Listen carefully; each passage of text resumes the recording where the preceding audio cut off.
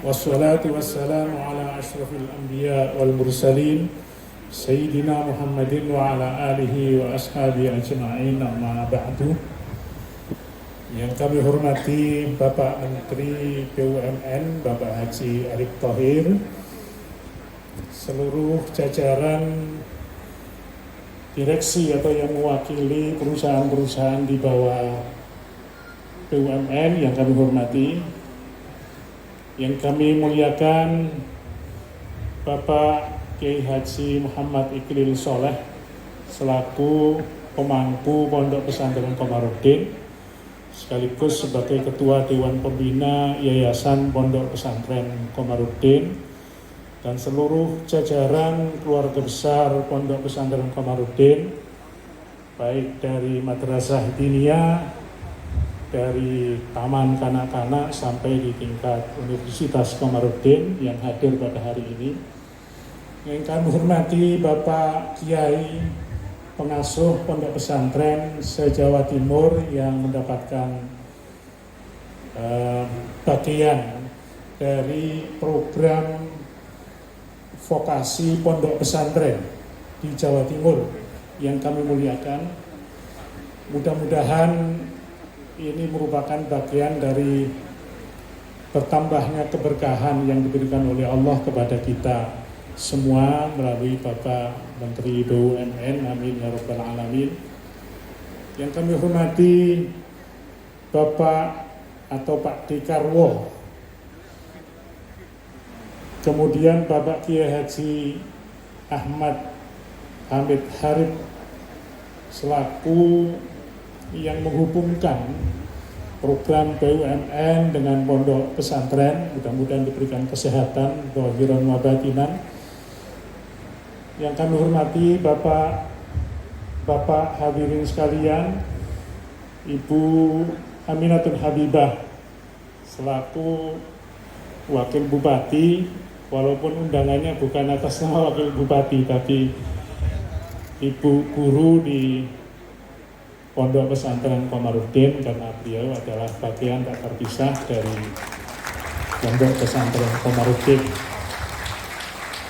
Mudah-mudahan diberikan berkahan kesehatan sehingga kemudian bisa menjalankan tugas sesuai dengan harapan kita semua dan Gresik menjadi bagian yang akan maju secara lebih baik. Bapak Ibu hadirin yang kami hormati, Pondok Pesantren Komarudin ini merupakan pondok yang juga berinisiasi bagaimana juga memajukan para santri, pesantren dan ekonomi. Tepuk tangan buat beliau. Yang terhormat Bapak Kiai Haji Muhammad Iqlil yang hadir juga hari ini, terima kasih tadi. Lalu juga yang terhormat Ibu Profesor Dian Agustia, Dekan Fakultas Ekonomi dan Bisnis UNER yang hadir, terima kasih Bu.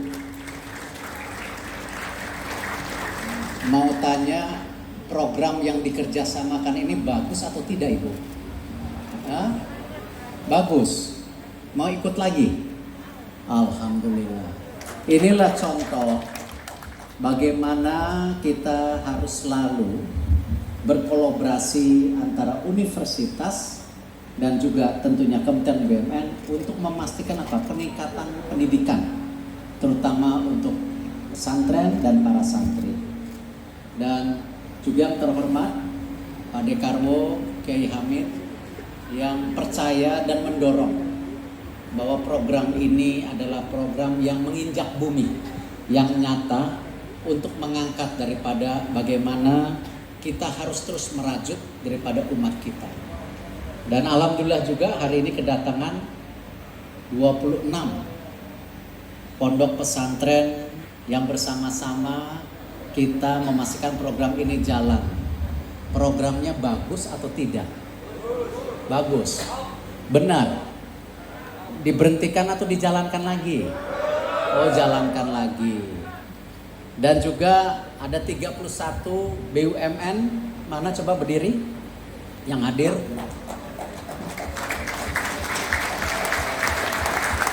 Terima kasih. mendukung program ini. Saya mau tanya juga, ikhlas atau tidak? Ikhlas. Ini programnya Erick Thohir atau Kementerian BUMN? Kementerian BUMN. Jadi diterusin atau tidak? Ganti menteri, ganti program atau terus? Oh lanjut. Oke, ini penting soalnya ya. Dan tentu para santri, santriwati, para ibu guru, pak guru yang tadi saya temu di depan, saya juga mau tanya, apakah benar bahwa pendidikan pesantren itu pendidikan kelas 2? Saya mau tanya, mau dengar. Setuju tidak? Setuju tidak? Tidak. Apakah yang namanya kualitas santri, santriwati kelas 2? Setuju tidak? Tidak. Suaranya beneran kayaknya setuju nih. Hah? Setuju tidak? Tidak. Alhamdulillah kalau gitu. Kenapa semuanya saya tanya? Karena dalam merajut sebuah program, programnya harus berjalan jangka panjang. Tidak bisa kita membuat program jangka pendek, apalagi setengah-setengah. Dan tidak baik juga membuat program yang tidak bisa konkret dan merasakan hasilnya. Saya sangat percaya kalau kita bersama-sama berkolaborasi dengan hati terbuka dan ikhlas, kita bisa membuktikan bahwa kita bisa terus meningkatkan kemampuan kita sebagai bangsa besar.